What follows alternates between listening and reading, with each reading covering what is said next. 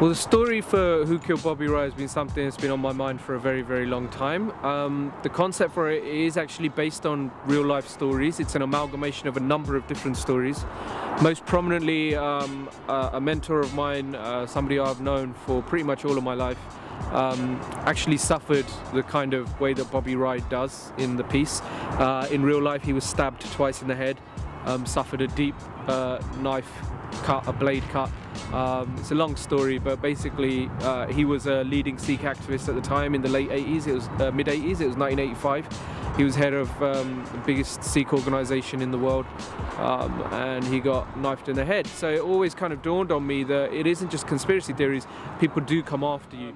It's probably the work I'm most proudest of, which is weird because it's probably not got much viewership. Probably people don't understand it very well either. You can see that in the comments under the YouTube video. People don't really seem to understand what we made there. The idea I came up with at the beginning was that I wanted to put across this idea that it is based on fact, but at the same time that Bobby Wright doesn't really exist. He's made up as an individual character for the purposes of the video. So it's what you call a docu-fiction, which means it's made like a documentary style, but it is actually fictional. It's not really that documentary. And the main thing that I did was spend a lot of time working on the script.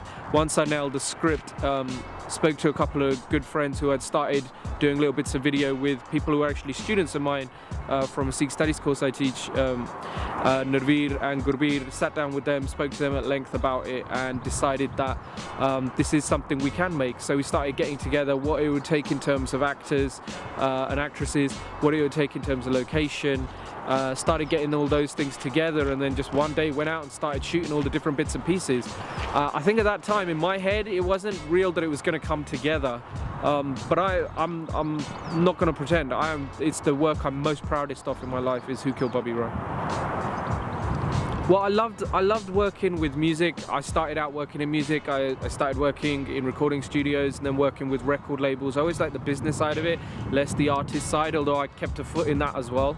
And the more I got into music, the more I realized actually I didn't like the music industry. What I liked was creative industries, and film became a natural progression for that. The advice I'd give any budding filmmakers who are Sikh, whether you want to make something that's Sikh related or not, is first up, drop me a line at nordjourney.com.